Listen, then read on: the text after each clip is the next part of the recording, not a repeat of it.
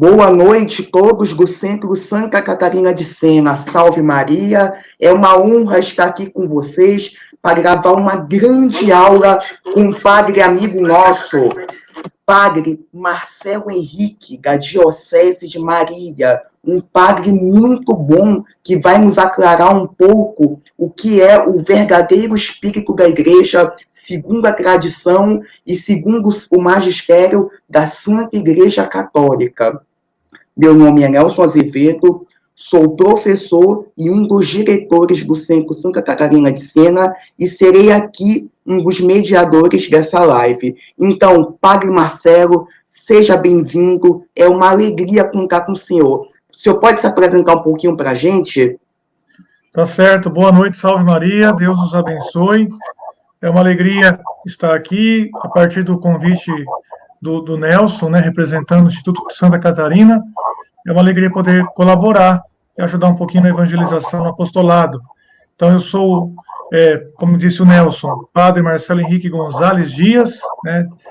Eu tenho 30 anos de idade, tenho 3 anos de sacerdócio, fui ordenado padre no dia 2 de junho de 2017, e da Diocese de Marília do interior de São Paulo, interior, né? A gente fala mais assim, puxado R, e tão longe, né? Manaus, nunca fui na região norte, até falava isso com o Nelson, mas estamos aqui para ajudar, possibilitando, a internet possibilitar isso, então vamos fazer isso por amor a Deus e para a glória do santo nome do Senhor. Maravilha, Padre. Antes de começar a nossa aula, o senhor pode fazer uma oração para que o nosso Senhor Jesus Cristo, pelo Espírito Santo e a Virgem Maria interceda por nós, Padre? Vamos lá. Em nome do Pai, do Filho e do Espírito Santo. Amém. Vinde, Espírito Santo, enchei os corações dos vossos fiéis e acendei neles o fogo do vosso amor. Enviai o vosso Espírito e tudo será criado, e renovareis a face da terra. Oremos. Deus, que instruístes os corações dos vossos fiéis com a luz do Espírito Santo, fazei que apreciemos retamente todas as coisas, segundo o mesmo Espírito, e gozemos sempre da sua consolação, por Cristo nosso Senhor. Amém. Nossa Senhora Aparecida, rogai por nós. São João Batista, rogai por nós. Em nome do Pai, e do Filho, e do Espírito Santo. Amém. Então, Padre Marcelo, sem mais delongas, afinal, de maneira sistemática, qual é o verdadeiro significado e qual o verdadeiro espírito da liturgia da nossa Santa Igreja Católica? É com o senhor, Padre. Obrigado, Nelson. Deus abençoe. Então, vamos lá, queridos filhos em Cristo. Afinal, o Padre é pai de todos os fiéis, né? Mesmo daqueles que não conhece pessoalmente, enfim, graças a Deus, a nossa paternidade se estende para muito além da simples paternidade biológica, embora essa seja, sim, evidentemente, muito importante. Pois bem, nós decidimos, então, fazer essa aula com o seguinte título: O Espírito da Liturgia, segundo o Papa Pio XII e o Papa Emérito Bento XVI. Porque nós vamos falar da liturgia a partir de 2 grandes pontos, né?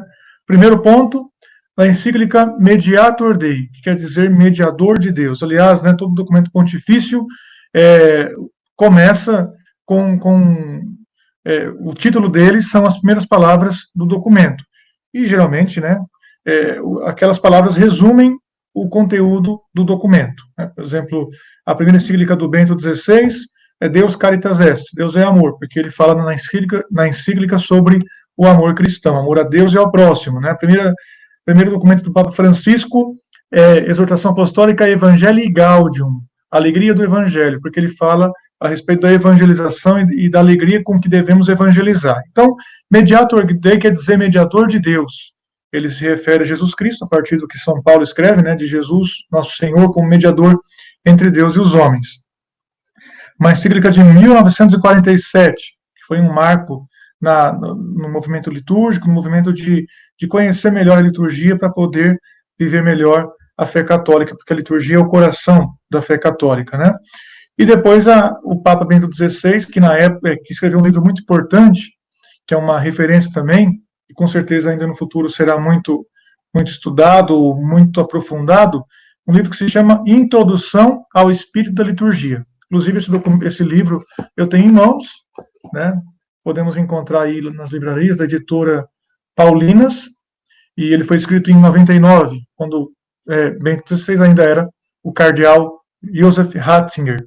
E a encíclica Mediator Dei pode ser encontrada facilmente na internet, né? Muito, muito facinho. Pois bem,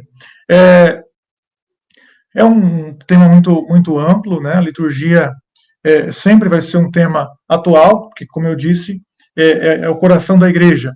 E como a igreja também ensina em outros documentos, como na Sacrosanctum Concilium, né, a liturgia é a fonte e o ápice da vida cristã. Né? Ou seja, ela é a fonte de onde vem a vida, de onde a igreja pega forças para continuar viva, para continuar exercendo sua missão, e ao mesmo tempo como e porque a liturgia é o que há de mais importante. A igreja existe para celebrar. A igreja existe para celebrar o culto verdadeiro ao Deus unitrino.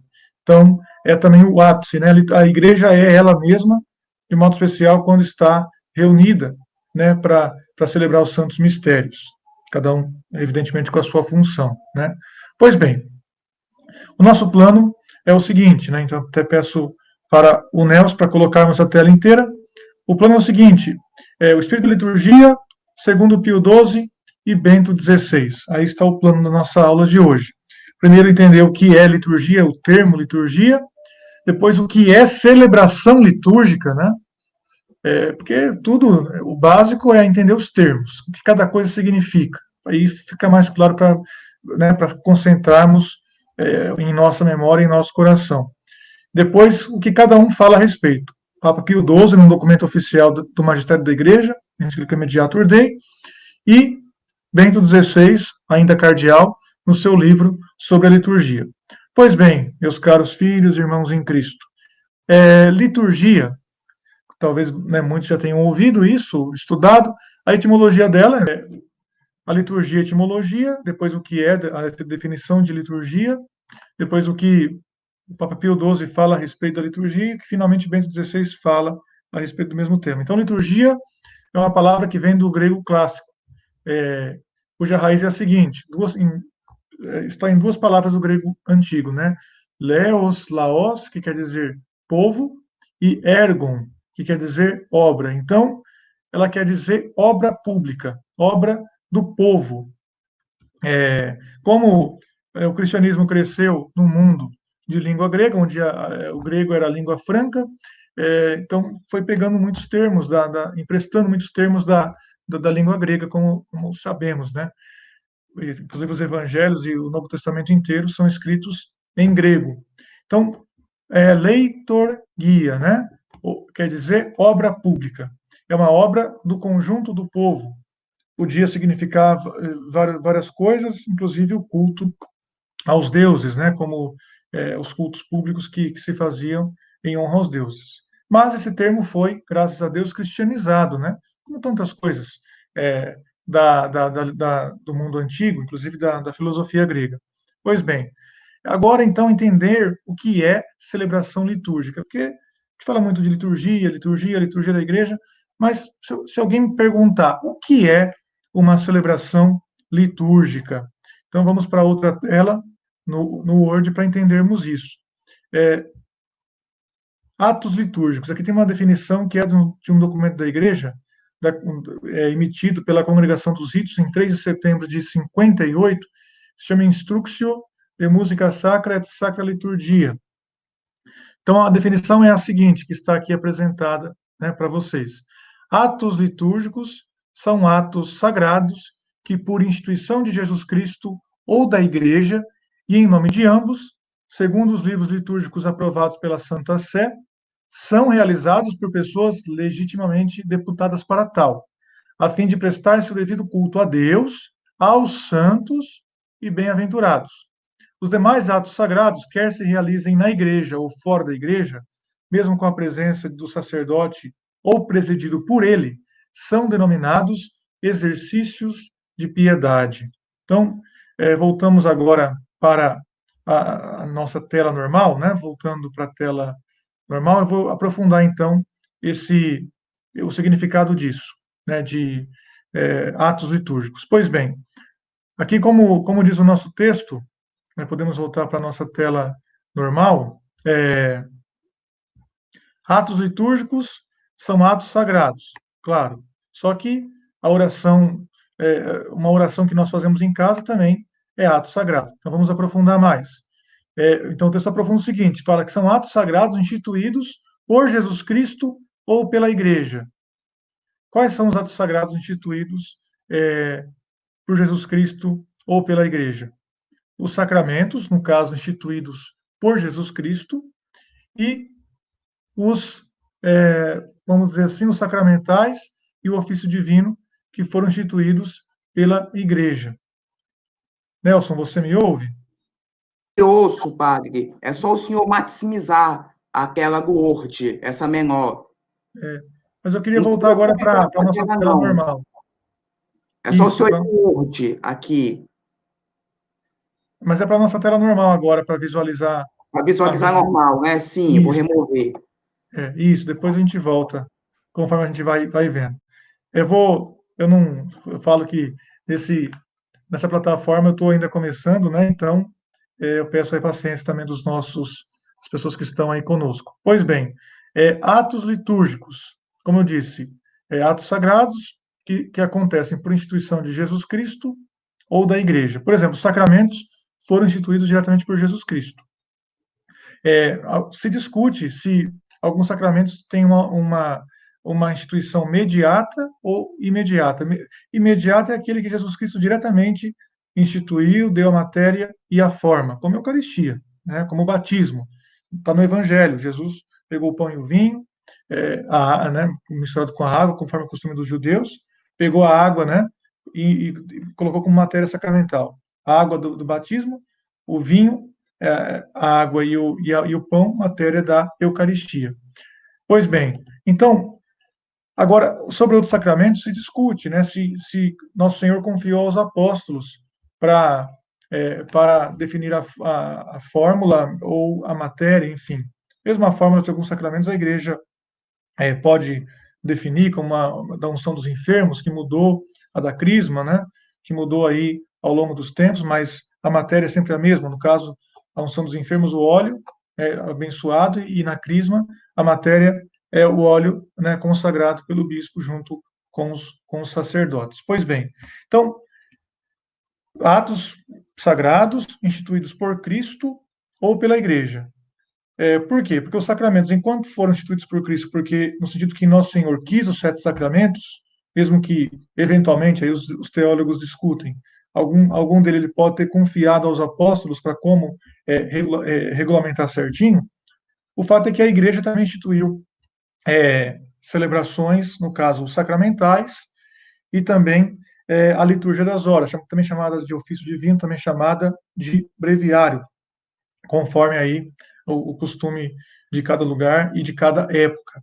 Então, e depois, o terceiro ponto, aprovados pela Santa Sé. Todo livro litúrgico, né, por natureza, tem que ser aprovado pela Santa Sé ou por quem a Santa Sé confiar essa aprovação. Por exemplo, das igrejas orientais, nós temos as igrejas orientais, que estão em comunhão com a Igreja Católica, nem todos os livros litúrgicos deles são diretamente instituídos por Roma. Eles têm as comissões litúrgicas deles e tudo mais, a autoridade litúrgica dos patriarcas, do, do, do, da, vamos dizer assim, da hierarquia própria das igrejas orientais. Mas a Santa Sé, claro, dá a sua aprovação e o seu reconhecimento para aquele rito litúrgico. Então, o outro ponto, para ser considerado liturgia, são ritos também feitos por pessoas legitimamente deputadas para tal. Para ser uma liturgia, tem que ser alguém que possa realizar aquele rito litúrgico. Geralmente, os ministros ordenados, né? Os sacerdotes, diáconos. E quando a gente fala sacerdotes, a gente inclui aqui também bispos, arcebispos, cardeais e o próprio Santo Padre, o Papa.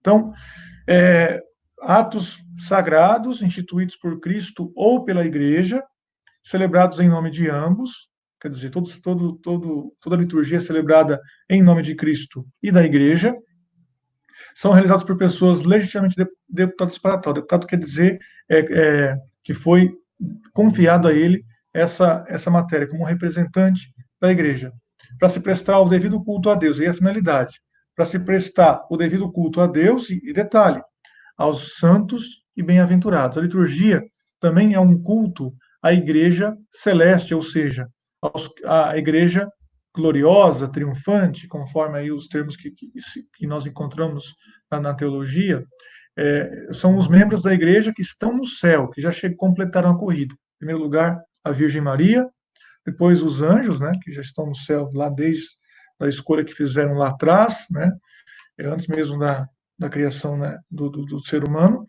e também os santos. Quem está no céu é santo, em graus diferentes, né?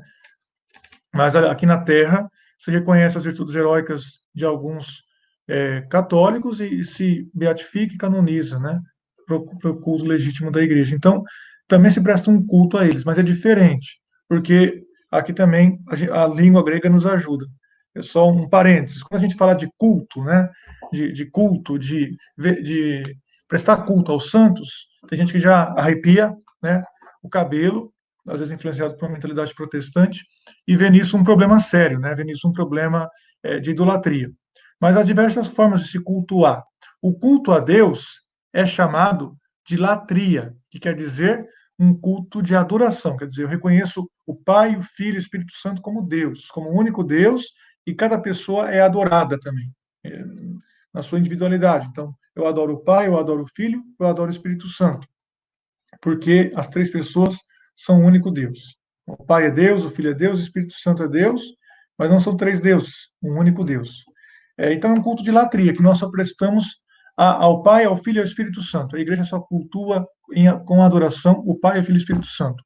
Os outros santos, ou melhor, os santos e os anjos, a igreja venera. Em primeiro lugar, Nossa Senhora, que é um culto de dulia, né? Todos os santos é um culto de dulia, que no grego quer dizer uma homenagem, uma honra, né? Prestar honra. É como um filho que homenageia, que presta honra ao pai, como um subordinado presta honra àquela pessoa que é autoridade, como nós prestamos honra às autoridades civis legitimamente constituídas, então também nós prestamos honra a esses irmãos que estão no céu, pedimos a intercessão dele.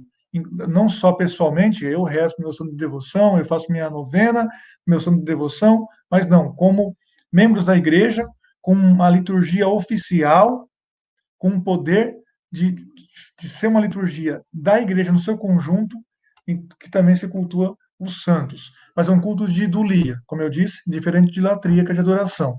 E a Nossa Senhora, como ensina também o catecismo, inclusive o catecismo da Igreja Católica de 92, a Nossa Senhora nós prestamos um culto de hiperdulia, quer dizer, uma veneração mais forte do que a veneração que nós prestamos aos anjos e aos santos. É interessante isso, né? Porque no português mistura tudo, mas quando a gente vai na raiz das palavras, a gente vê as diferenças e como isso faz, isso como explica melhor, né? Uma coisa que é fundamental aí para nós defendermos a nossa fé e termos um culto aos santos sem medo de estar idolatrando ninguém. Pois bem, vamos então lá para outra definição, ou melhor, para continuar a definição. Culto aos santos e bem-aventurados, como eu disse. Os demais atos sagrados, quer se realize na igreja ou fora dela, mesmo com a presença do sacerdote ou presidido por ele, são denominados exercícios de piedade. Por exemplo, se o padre reúne o povo para rezar o terço na igreja, não é uma celebração litúrgica, é um exercício de piedade, porque o terço tem todo o seu mérito, evidentemente, né? Nossa Senhora, tantas aparições recomendando o terço e o rosário, e a igreja, né, recomendando que seus filhos rezem o Santo Rosário, mas não é uma celebração litúrgica em si, com um livro aprovado, oficial, pela autoridade da igreja, é um exercício de devoção, que tem uma eficácia enquanto devoção. Enquanto a celebração dos sacramentos, de modo especial da Santa Missa, e os outros sacramentais, como o ofício divino, como as bênçãos, inclusive os exorcismos, e o breviário, né? A liturgia das horas, o ofício divino, dependendo daí do nome que se prefere dar, tem uma eficácia propriamente da igreja, certo? Propriamente como uma celebração do conjunto da igreja de Cristo. E depois, é importante dizer o seguinte, aqui algumas definições também para clarificar mais. Pois bem, deixa eu só me reencontrar aqui. Eu peço então para o Nelson que volte para a tela, para mostrar aqui a tela do computador, por gentileza. Deu certo, Nelson? Muito bem. Então aqui vocês podem ver, a igreja ensina que o sacerdote, quando celebra a missa, o faz in persona Christi, o termo em latim, quer dizer na pessoa de Cristo. E São Bernardino de Sena tem uma expressão muito bonita, quer dizer que o padre ou o diácono, né, que celebra um batismo, que celebra a liturgia das horas, age enquanto persona publica totius ecclesiae, que quer dizer representante oficial, boca, né, de toda a igreja. É uma coisa impressionante a maravilha dessa definição. E também a celebração litúrgica, quando realizada sós, mesmo quando realizada sós, melhor dizendo, ela é uma celebração de toda a igreja. E a outra expressão que nós temos aqui, solitudo pluralis. Vamos supor, eu, padre, no tempo de pandemia, tendo que celebrar a missa sem nenhum fiel me acompanhando. É celebração do conjunto da igreja. É a igreja que está ali. Eu estou ali em nome da igreja. Não é uma devoção pessoal celebrar a missa. É uma celebração da igreja no seu conjunto, que envolve a igreja que está no céu, que envolve a igreja que está no purgatório, se purificando nas chamas do purgatório, e a igreja que está na terra, lutando e combatendo para chegar no céu. O termo solitudo pluralis, né, resume bem isso. É uma solidão plural. Eu estou lá na igreja, ou aqui no meu quarto, sozinho, rezando a liturgia das horas, rezando o breviário. Eu estou celebrando em nome de toda a igreja. Eu sou uma pessoa que representa toda a igreja naquele momento que estou celebrando. Por quê? Porque a igreja me confiou, no dia da minha ordenação diaconal, a missão de celebrar a liturgia das horas, né, ao longo de todos os dias da minha vida. E de rezar todas as horas também, todos os dias, evidentemente, a não ser que um motivo grave o impeça. Então, sobretudo, pluralis. Depois, aqui temos a definição, está tudo ok aqui, né? Temos a definição de devoção, exercício de piedade, para a gente diferenciar de liturgia. Eu dei o exemplo aqui. Liturgia é uma coisa, exercício de piedade e devoção é outra. Pois bem, aqui temos uma definição interessante para resumir. Devoções é uma denominação coletiva de todos os exercícios de oração e práticas religiosas que, embora não tenham sido incorporadas à liturgia, alcançaram certa expressão social e organizativa. Então, quando eu falo devoção, devoção do Santo Rosário, devoção de rezar via sacra, devoção de fazer novena, devoção de ir fazer uma peregrinação num santuário, devoção de fazer uma procissão. Aliás, né, procissão tem procissões litúrgicas também, como é o caso da procissão de Corpus Christi, a procissão de transladação do Santíssimo Sacramento na Quinta-feira Santa. Essas são propriamente procissões litúrgicas, né? As outras procissões, de modo geral, são coisas devocionais, né? Que tem todo o seu valor, evidentemente. E para entender também um pouco da palavra devoção, a gente fala muito de devoção, né? Devoção ao Santo Rosário, devoção à Via Sacra, devoção a tal ou tal santo. Ela tem dois sentidos, a palavra devoção. Primeiro sentido, que é o mais profundo, assim, o mais que vai na raiz da questão, devoção está aqui, é um ato de vontade daquele que oferece a si mesmo a Deus para servi-lo. É a definição de São Tomás de Aquino. É um ato de vontade daquele que oferece a si mesmo a Deus para servi-lo. Quer dizer, minha vida entregue a Deus. Eu devoto a minha vida a Deus. Como alguns podem falar, eu devoto minha vida à profissão, eu devoto minha vida a ajudar os pobres, eu devoto minha vida a ajudar a minha família. Então, isso é um sentido mais profundo, de dar a vida para Deus. e depois, como expressão de exercício de oração e práticas religiosas que atingiram um grande número de pessoas, ou um número considerável de pessoas, e que tem uma organização social. Por exemplo, a igreja regula, né, a oração do Santo Rosário, tem uma certa regulação, né, a igreja também é, regula a ladainha de Nossa Senhora, por exemplo, e todas as outras expressões, porque tem a ver com a vida da igreja também, embora não sejam propriamente celebrações litúrgicas. Pois bem, meus caros filhos, amigos, vamos agora então para um outro ponto, é, clarificado esse ponto, o que é liturgia, o que é devoção. Vou dar alguns exemplos antes de irmos aqui para a encíclica Mediator Dei, e eu vou então passar para o PowerPoint, né, colocar aqui no PowerPoint. Primeiro ponto importante, todo sacramento é liturgia, mas nem toda liturgia é sacramento. Essa frase ajuda um pouco a memorizar o que é liturgia. Então, se eu pegar os 7 sacramentos, todos eles são celebração litúrgica. Mas, padre, o batizado é só a criança ali sozinha. É liturgia? É liturgia, porque é a igreja que está batizando aquela pessoa, porque tem um livro aprovado para fazer aquele rito, porque é um sacramento, um dos 7 sacramentos instituídos por nosso Senhor Jesus Cristo, porque é o sacramento que abre as portas da fé, da igreja, porque tem ministros e deputados para tal, no caso, o padre e o diácono, né? O sacerdote, no caso, porque o bispo também, evidentemente, está incluído, e o diácono, e em caso de urgência, também leigo pode fazer o batizado. Em caso de emergência, até mesmo ali no hospital, a enfermeira, o médico pode fazer o batizado na sua essência, que é jogar água e falar a fórmula, né, do batismo. Então, acontecendo isso, depois a criança tem que voltar, tem que ser levada à igreja, se ela sobreviver, levar à igreja para receber a complementação do batismo. Mas o batismo ela já recebeu, ela vai receber a complementação com os outros ritos que a igreja prevê para o sacramento do batismo, né? Então, repito, é, todo sacramento é liturgia, os 7 sacramentos também. Ah, padre, mas a confissão é liturgia? A confissão é liturgia, porque é a igreja que está ali exercendo a função de perdoar os seus filhos, né?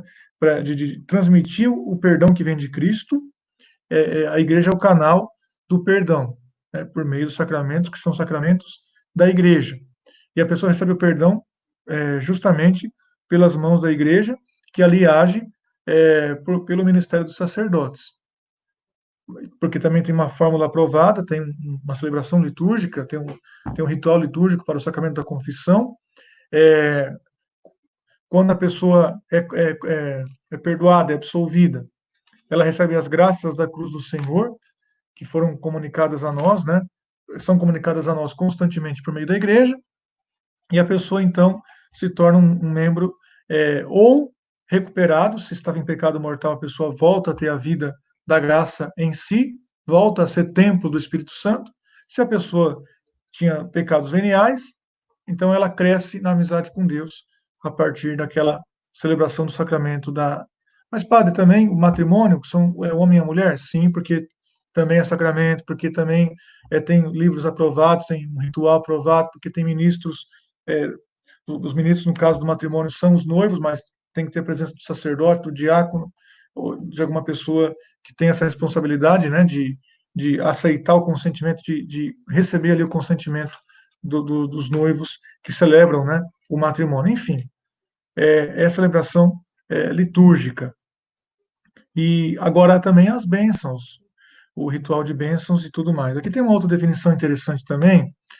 Peço então ao Nelson que voltemos aqui a minha imagem, né? Muito bem. Tem uma definição interessante de liturgia, que é um pouco mais resumida, mas não é menos completa, que está num livrinho muito precioso que eu tenho aqui, uma edição muito antiga, mas tem edições novas aí que nós encontramos facilmente. Se chama A Alma de Todo Apostolado. A Alma de Todo Apostolado, do autor, um monge chamado Chotar, né? O sobrenome dele é Chotar. um livro recomendado pelos papas, inclusive livro de cabeceira do Papa São Pio X. Esse livro, então, define da seguinte forma a liturgia, e aí a gente já vai passar para a definição que vem depois da Mediator Dei. Define assim, a liturgia: o conjunto dos meios que a Igreja entregou, sobretudo no missal, no ritual e no breviário, e do qual ela se serve para exprimir a sua religião para com a adorável Trindade, como também para instruir e santificar as almas. Está aí, uma definição mais lapidar, né? mais breve. Então, o que está no missal, no ritual, no caso, no rito novo são vários rituais, no rito antigo tem o ritual romano, que concentra todos os demais sacramentos, né, com exceção da missa, que está justamente no missal da Eucaristia, mas no ritual está também a, o rito para distribuir a comunhão fora da missa e tudo mais. Bom, e também o breviário, que é chamado também de liturgia das horas, que é a oração constante da igreja, que a igreja leva à Santíssima Trindade. Muito bem, até aqui fomos, mas vamos continuar, se Deus quiser. Deixa eu só colocar na nossa tela da encíclica Mediator Dei. Parece que o tamanho, vou subir um pouco, vou aumentar um pouquinho mais. Então, aqui a definição da Mediator Dei. Para quem não sabe, eu falo, para quem já sabe, eu recordo. A Mediator Dei está toda a teologia da igreja, a eclesiologia, como se fala em teologia, né? A eclesiologia, que é o estudo da igreja, a área da teologia que estuda a igreja. A teologia, toda a teologia eclesiológica da Mediator Dei está baseada numa outra encíclica de Pio XII, escrita 4 anos antes, chamada Mystici Corporis Christi, que quer dizer corpo místico de Cristo. Mystici Corporis Christi, de 43, a encíclica, né? Quer dizer, 4 anos antes. Pois bem, aqui está a definição de liturgia segundo a encíclica Mediator Dei. A Sagrada Liturgia é, portanto, o culto público que o nosso Redentor rende ao Pai como cabeça da Igreja, e é o culto que a sociedade dos fiéis rende à sua cabeça e, por meio dela, ao Eterno Pai. É, em uma palavra, o culto integral do corpo místico de Jesus Cristo, ou seja, da cabeça e de seus membros.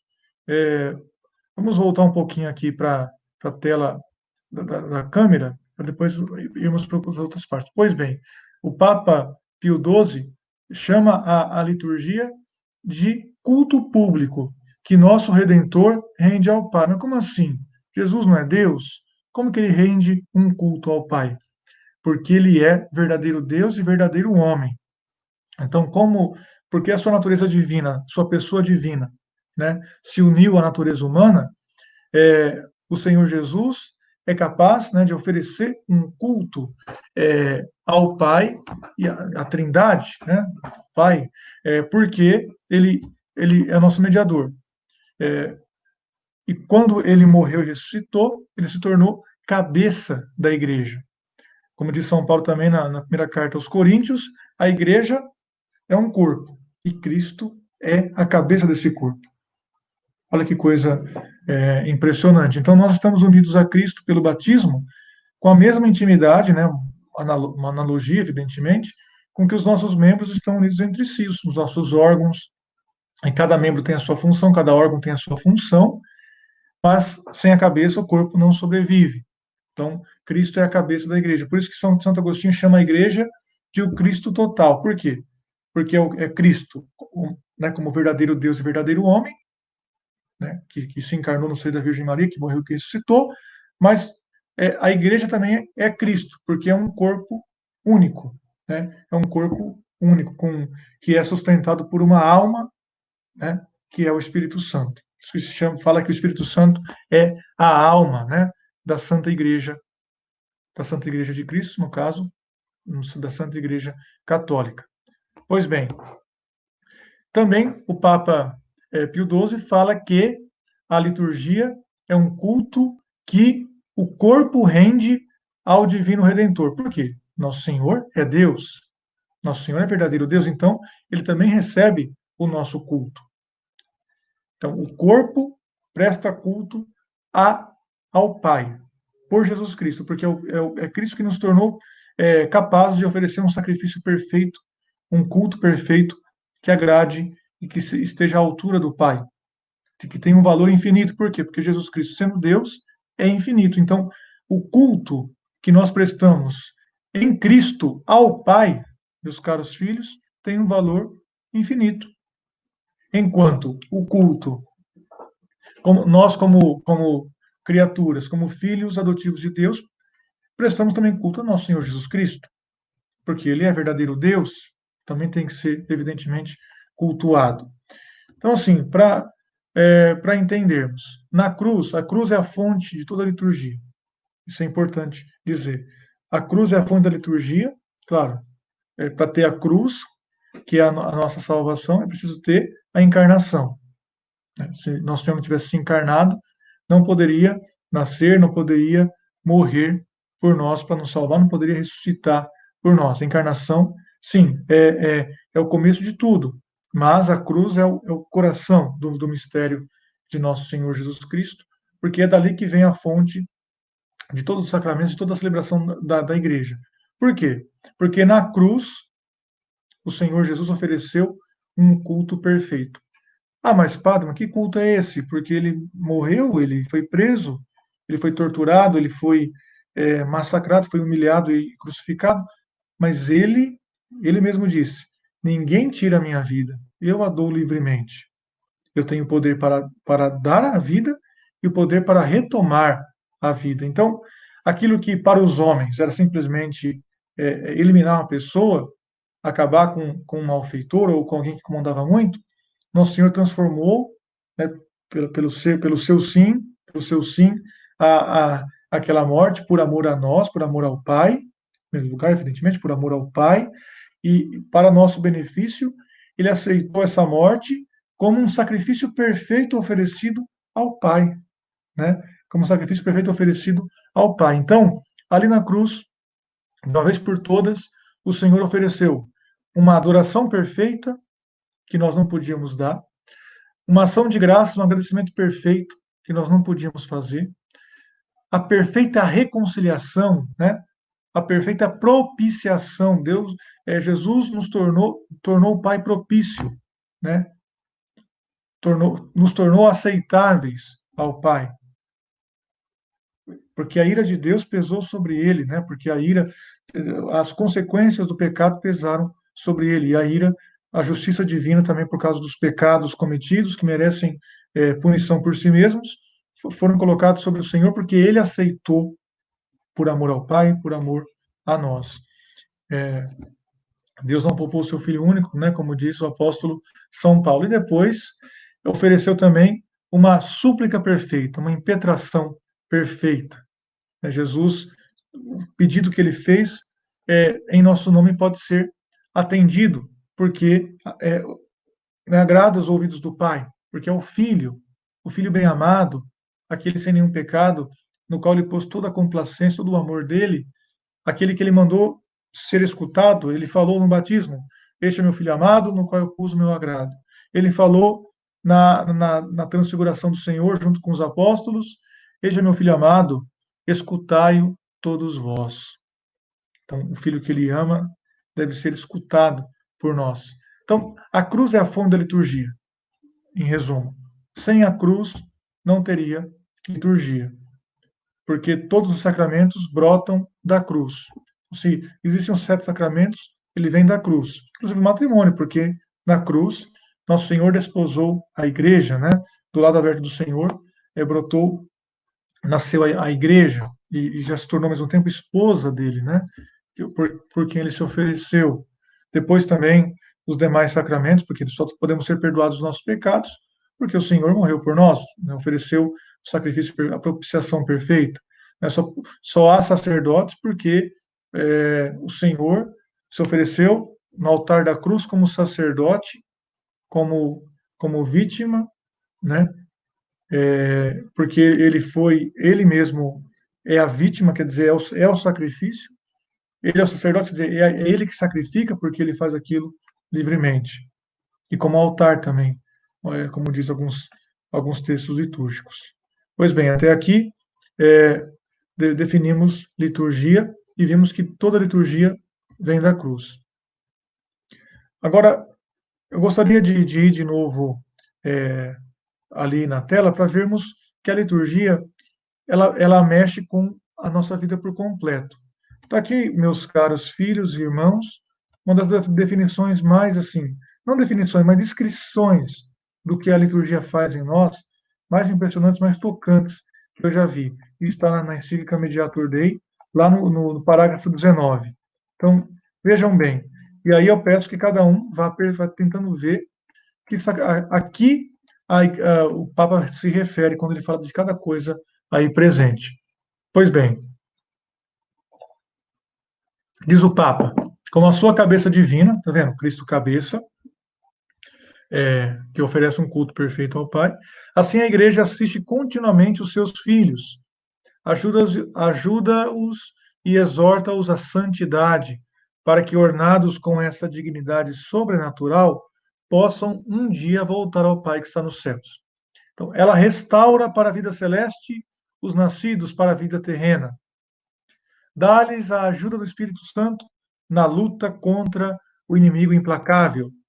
Chama os cristãos em torno dos altares para que, e com insistentes convites, exorta-os a celebrar e tomar parte no sacrifício eucarístico e nutre-os com o pão dos anjos, para que sejam sempre mais firmes. Purifica e consola aqueles que o pecado feriu e maculou, consagra com legítimo rito aqueles que por vocação divina são chamados ao ministério sacerdotal, revigora, perdão, vamos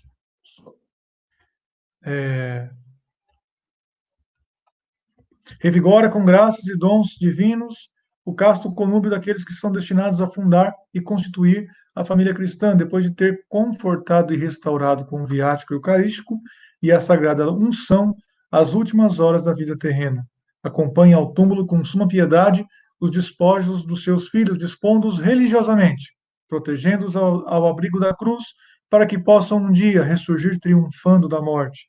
Abençoa com particular solenidade quantos dedicam a sua vida ao serviço divino na consecução da perfeição religiosa.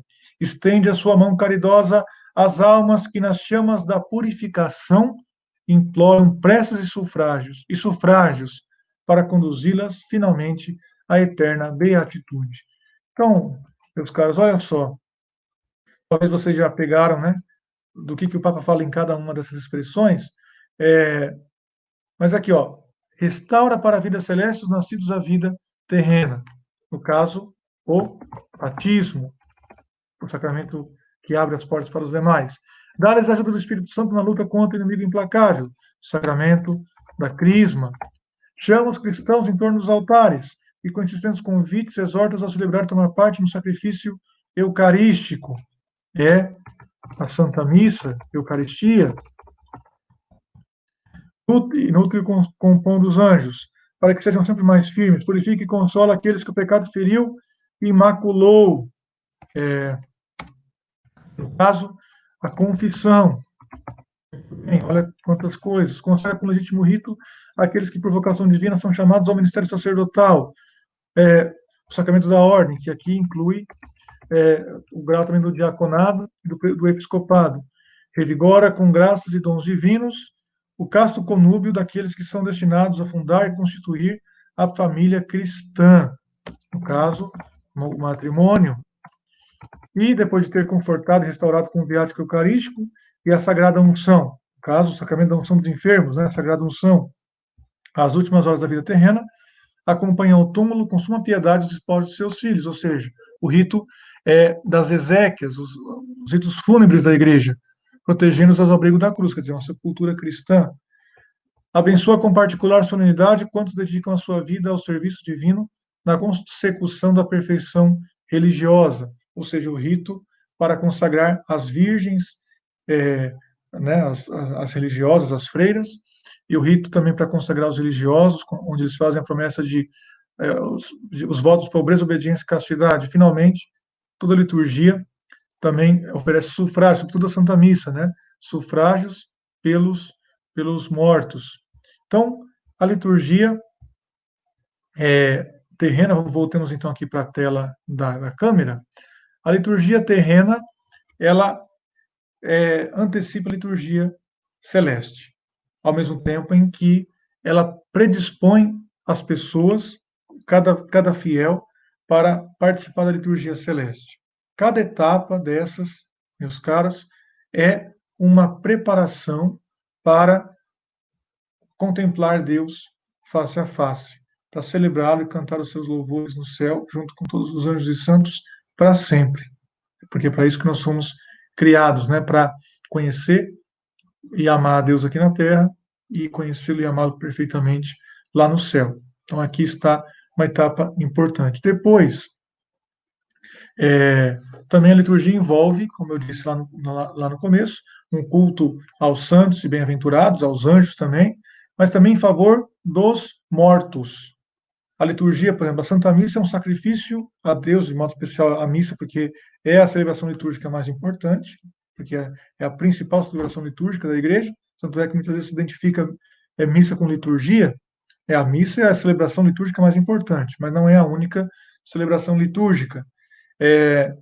Na Santa Missa se oferece um sacrifício a Deus pelos vivos e pelos mortos. Ou, para a gente resumir, é um sacrifício de adoração, de ação de graças, de propiciação, de impetração à Santíssima Trindade, em honra dos santos e dos anjos, porque os santos e os anjos são honrados, de modo especial a Santíssima Virgem Maria e o santo que é celebrado naquele dia, e beneficia os vivos, os sufrágios pelos vivos, para que se santifiquem, para que cresçam no caminho de Deus, ou voltem para a amizade com Deus se estiverem no pecado mortal, e finalmente também o sufrágio pelos mortos, para que tenham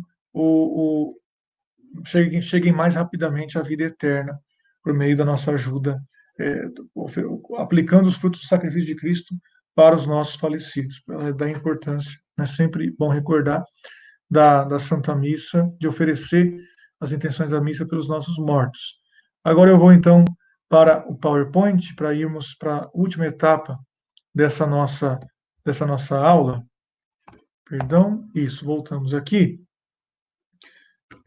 Liturgia. Então, vimos aqui um resumo. Liturgia, etimologia, o que é a celebração litúrgica. Pio XII, o que ele fala da liturgia? Culto público de Cristo, do corpo ao Pai, e ao mesmo tempo culto dos fiéis à sua cabeça, ao seu Redentor, que é Cristo. E é o culto verdadeiro, em espírito e verdade. Aqui está no texto, né? É um culto em espírito e verdade, conforme Nosso Senhor prometeu lá para a mulher samaritana, lá no capítulo 4 do Evangelho de São João. A liturgia é, portanto, para a gente concluir essa parte, a maior realização da virtude da religião, sobretudo o santo sacrifício da missa, tendo como finalidade o culto a Deus e a santificação das almas. Ela acompanha a nossa vida do início ao fim. Então, toda a celebração litúrgica, vamos recapitular, tem finalidade de culto a Deus, de adoração a Deus e aos anjos e santos como veneração, e também santificação das almas, santificação dos que estão a caminho da salvação. Depois, a outra parte, é importante porque nós estamos numa época de muita confusão, né, sobre o que é liturgia, o que não é liturgia, e qual é o papel da liturgia, para que existe liturgia, como participarmos da liturgia, como tomarmos parte na Santa Missa. Existe assim uma visão geral, assim, em vários ambientes católicos, de que a liturgia é algo onde deve estar presente a criatividade, onde deve estar presente a inventividade, onde nós devemos nos expressar os nossos sentimentos, expressar quem nós somos, os nossos anseios, os nossos problemas da comunidade, ali pelos quais estamos passando, expressar a nossa cultura, o nosso modo de ser, né? Então, infelizmente, muitos católicos acabam tendo vários mal entendidos aí, por causa dessa concepção de liturgia horizontalizada. O que é horizontal?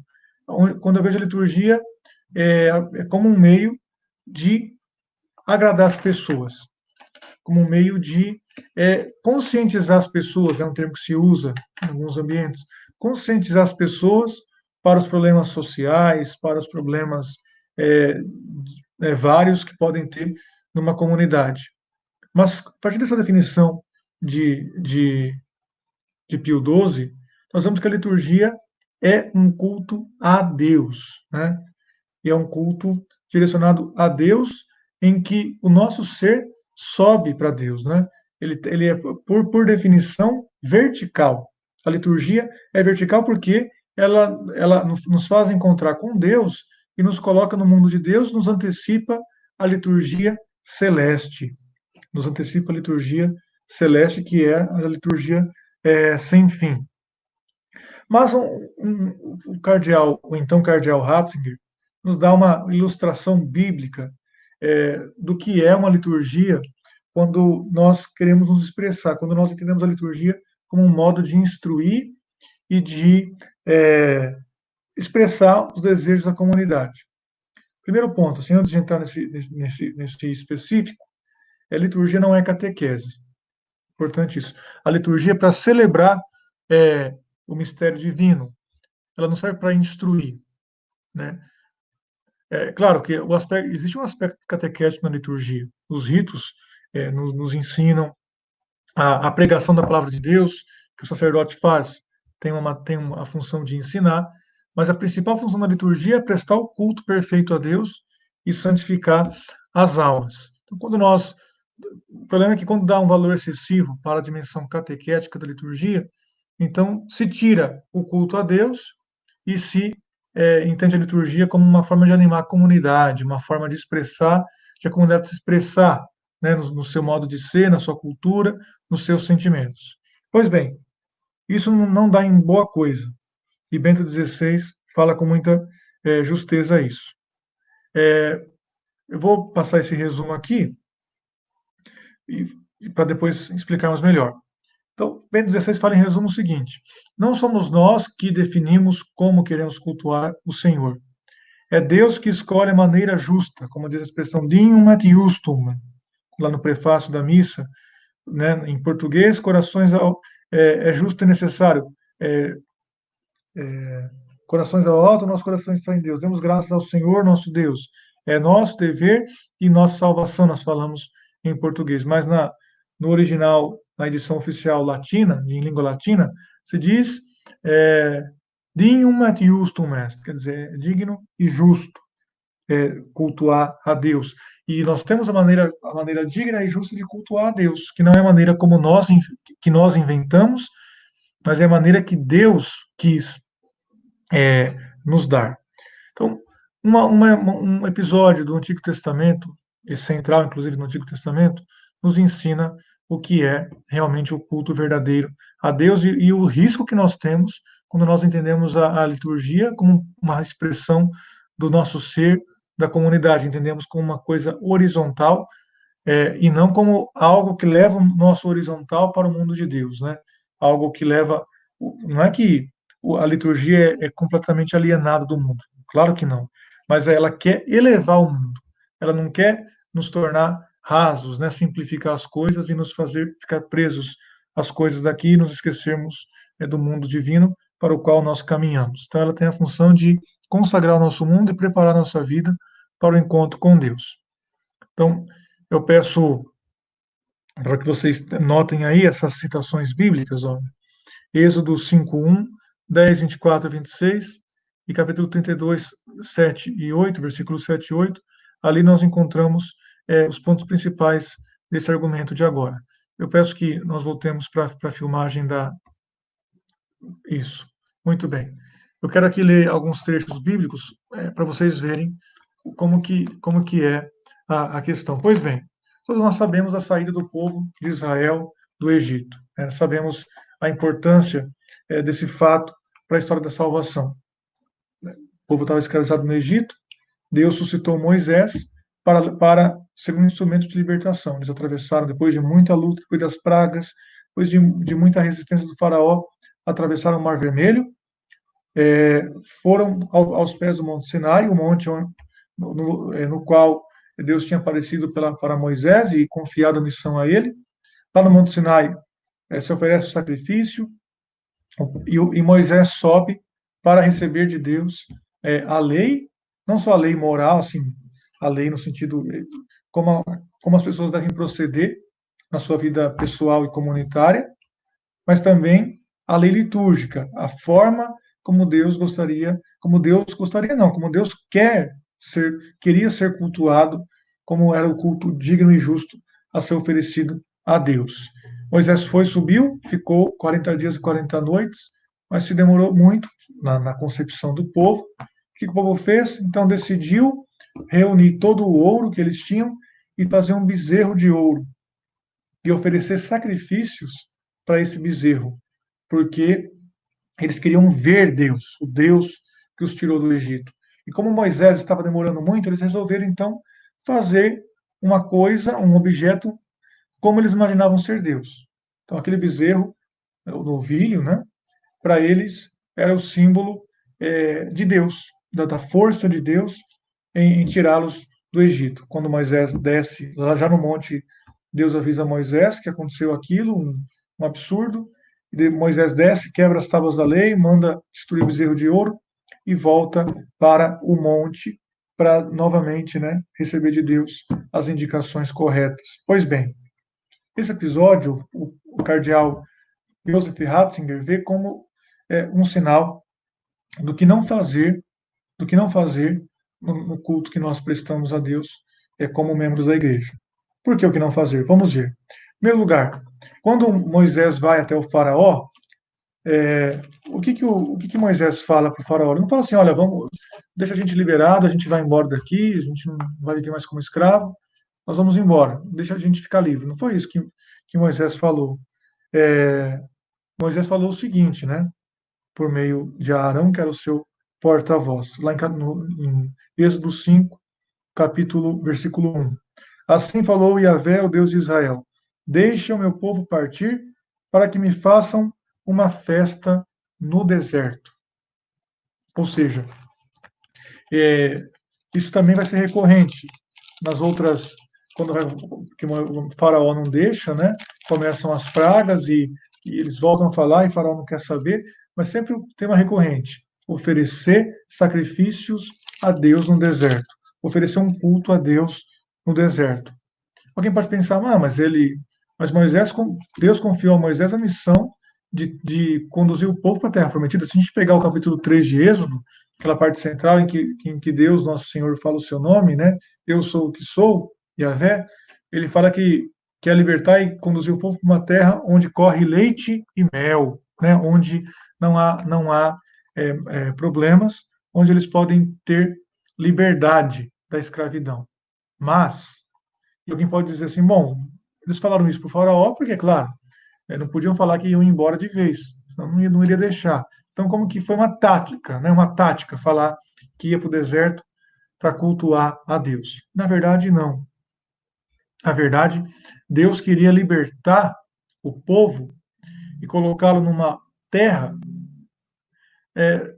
não para eles terem uma independência política, simplesmente, para e ter uma liberdade civis, né, como a gente diz hoje, de conduzir a própria vida sem depender de um senhor, né, de alguém que nos escraviza. Não.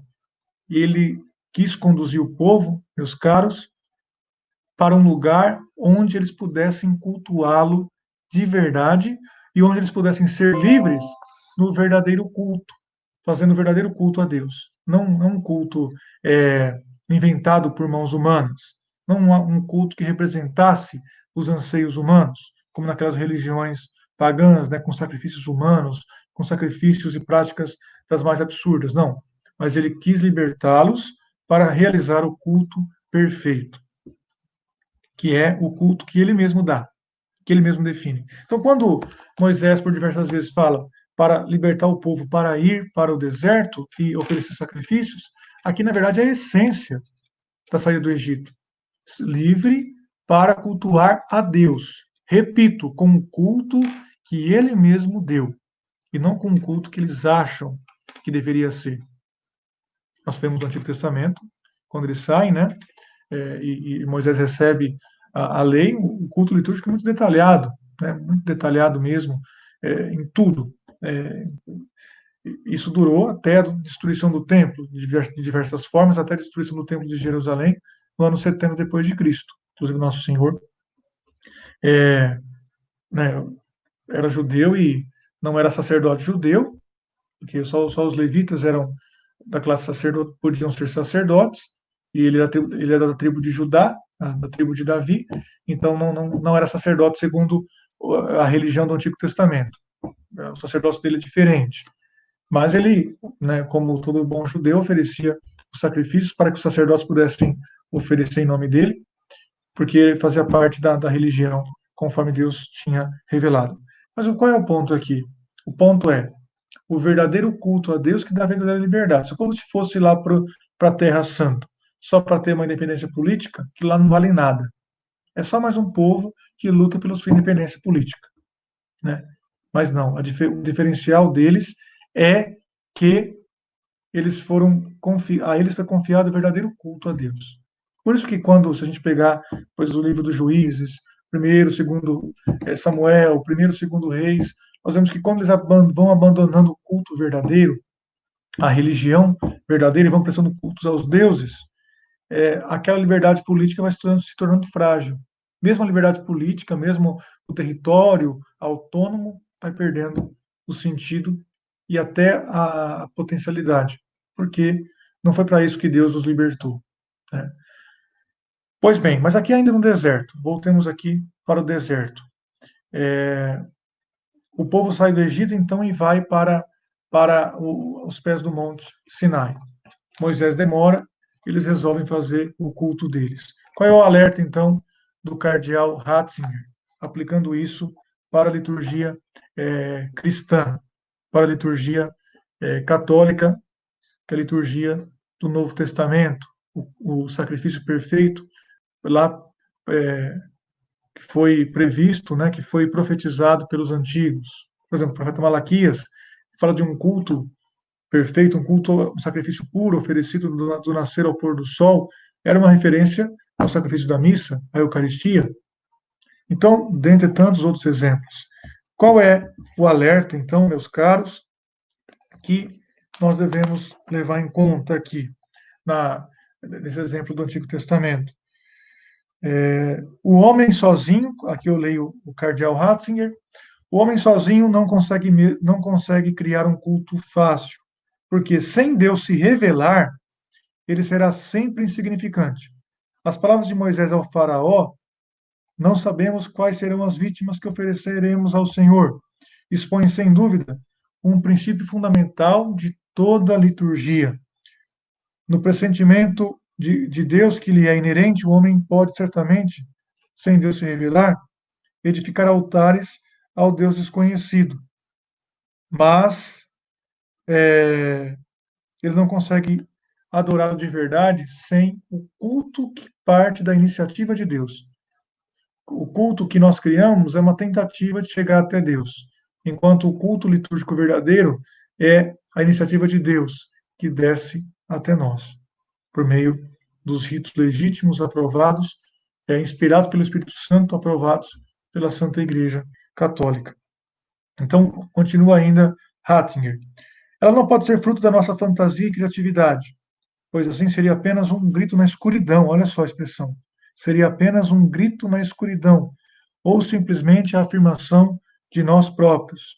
A liturgia pressupõe algo de concreto diante de nós, algo que se nos revela, indicando o percurso da nossa existência. Então, a liturgia não é um culto no vazio, é um culto ao Deus verdadeiro. Mas, ao mesmo tempo, não é um culto criado por nós, é um culto em que o próprio Deus verdadeiro nos indica. Então, quando nós inventamos coisas na liturgia, quando nós queremos falar, não, mas é o nosso jeito de celebrar, mas não é a nossa criatividade, mas é que a gente ensina X, você está fazendo Y, não, mas Y é mais legal para atrair os jovens. Y é mais legal para animar as pessoas. Afinal, nós temos que ser uma igreja aberta, né? Com os ventos novos e o mundo se transforma. Com isso, nós nos tornamos uma igreja fechada, na verdade, fechada em nós mesmos, fechada nos nossos pequenos problemas do dia a dia, nos nossos modismos que vão e que passam, enquanto se nós somos obedientes ao culto legítimo da igreja, aí sim nós estamos abertos ao eterno, aí sim nós somos verdadeiramente abertos para a verdade. Então, o Papa, né, o então Cardeal Ratzinger, diz que o povo fez o bezerro de ouro e começou a rodar em torno, a girar em torno do bezerro, né? Lá, Senhor, aqui está, então, o nosso Deus que nos tirou do Egito. A gente está vendo aqui, ó, esse bezerro aqui, ó, esse novilho é o nosso Deus que tirou do Egito. Afinal, Moisés está demorando, não sei como que vai ser, deve ter morrido. Então, não foi que eles adoraram diretamente um Deus pagão. A coisa foi mais sutil, foi mais perigosa. Eles adoraram um ídolo achando que estavam adorando Deus, o Deus que os tirou do Egito. Olha que perigo, né? Então, assim também pode ser a nossa liturgia, se a gente usa isso, né? Nossa, nós nos apropriamos dela e nós giramos em torno de nós mesmos, né? Achando que estamos adorando o Deus verdadeiro, quando estamos adorando e cultuando as nossas próprias coisinhas, né? As nossas próprias ideias, ideologias, que amanhã já não serve para mais nada, nem para lata do lixo. Né? Bom,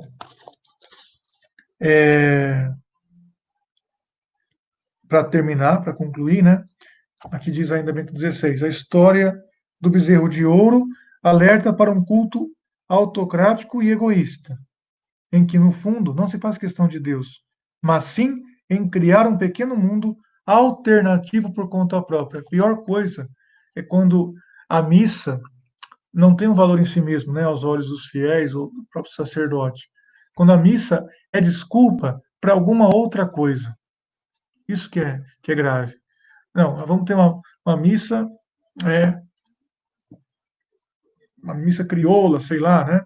É, como não missa crioula, mas eles fazem uma missa, já vi fotos, né, no Rio Grande do Sul, é, a missa com ele segurando um espeto de carne, né, do lado do altar, aquelas coisas enfeitadas ali de acordo com a cultura local, né, não esqueci o nome agora. Pois bem, o que acontece? Aquilo, a missa ali é um pretexto, na verdade, né, é um pretexto para fazer uma manifestação cultural. O mais importante ali é manifestar a cultura, o folclore, que seja. Não é o sacrifício eucarístico. Então, tomemos cuidado, né? Para não tornarmos a missa um pretexto para outras coisas, porque se for isso, nós estamos cultuando a nós mesmos. Estamos andando ao redor de nós mesmos e Deus ficou no vazio. Então, que Deus abençoe a todos. Termino por aqui. Se o Nelson tiver alguma coisa, algum esclarecimento para fazer, né, Nelson? Alguma pergunta, algum ponto que não ficou muito claro, seria bom. Maravilha, padre. Foi muito edificador ouvir suas palavras acerca da liturgia e que vai acrescentar não apenas no intelecto, mas também na alma. Por fim, só uma dúvida mesmo para o senhor esclarecer a gente. Qual a diferença entre validade e licitude dos sacramentos, inclusive a Eucaristia e da missa, e o que é uma matéria de um sacramento? Muito bem. Então, assim, todo sacramento, para ser sacramento, tem que ter a matéria e a forma. A matéria que tem origem bíblica, né, em Jesus Cristo e nos apóstolos, e a fórmula que tem ou origem também apostólica, ou que a igreja tem autoridade para formular. Então, a matéria, todo sacramento tem matéria. Por exemplo, a matéria da Eucaristia, eu ponho o vinho e um punhadinho de água. Eu posso ter tudo preparado. Se me faltou o vinho, não pode ter missa. Não pode celebrar a missa porque faltou a matéria que é essencial. Posso ter feito, preparado tudinho, está tudo incenso pronto, igreja decorada, povo reunido, coral, preparado para cantar, não tenho vinho, não posso começar a missa. Enquanto não providenciar o vinho, porque se eu chegar na hora do ofertório, não oferecer o pão e o vinho para depois ser consagrado, aquilo lá não tem validade nenhuma. Então, também, por causa da confissão, a matéria da confissão não é uma coisa visível, como no caso da matéria do batismo, que é a água, matéria da Eucaristia, que é o pão e o vinho, matéria da unção dos enfermos, que é o óleo, a matéria da crisma, que é o óleo também. No caso da confissão, a matéria são os pecados acusados, os pecados de que a pessoa se acusa. A matéria, né, do matrimônio é o desejo dos noivos de constituir uma sociedade familiar, né, indissolúvel. Enfim, aí está o que é matéria. E a forma, que é a fórmula litúrgica para que se realize o sacramento. Então, a fórmula da consagração, a fórmula do batismo, para o sacramento do batismo, a fórmula da consagração para a Eucaristia, a fórmula da ordenação para a ordenação sacerdotal, nas ordenações, a matéria é a imposição das mãos, né, o bispo que impõe as mãos, e a forma é a fórmula litúrgica, a oração consecratória. Enfim, todo sacramento tem matéria e forma, em resumo. Sem matéria, não tem sacramento. Sem forma, também não tem sacramento. Posso ter a matéria, mas se eu, na hora da missa, fizer uma fórmula errada da consagração, a consagração não vale. Quer dizer, não acontece ali a transubstanciação do pão e do vinho no corpo e sangue de Cristo. Se eu tenho a água, mas não faço a fórmula correta do batismo, fulano, eu te batizo em nome do Pai, do Filho e do Espírito Santo. Não vale aquele sacramento. Se eu tenho a unção dos enfermos lá, o óleo, e não faço a fórmula correta da unção, aquele sacramento não vale, não tem valor. Não aconteceu o sacramento, melhor dizendo. Né? Agora, validade e licitude é o seguinte: eu posso celebrar um sacramento que seja válido, quer dizer, que aconteceu de verdade, mas que foi ilícito. Vamos pegar o exemplo da missa. Quando eu celebro a missa de acordo com a lei litúrgica, de acordo com o que é correto, que a igreja prevê, é uma celebração válida e lícita. Agora, se eu invento coisa na liturgia, se eu quero criar, né, fazer a criatividade e tudo mais, a missa vai ser válida se eu tenho a intenção e matéria e forma da Eucaristia, mas vai ser ilícita porque eu, né, violei a liturgia da igreja, os ritos, as leis litúrgicas da igreja. O mesmo vale para o matrimônio. Vamos supor, se eu estou lá como padre, celebro matrimônios sem ter feito as preparações devidas, sem ter entrevistado os noivos, sem ter feito os proclamas, quer dizer, divulgado, né, na paróquia, quem quer se casar e mesmo assim chegar lá e fazer o casamento vai ser válido certamente, mas vai ser ilícito, porque eu celebrei de forma ilícita.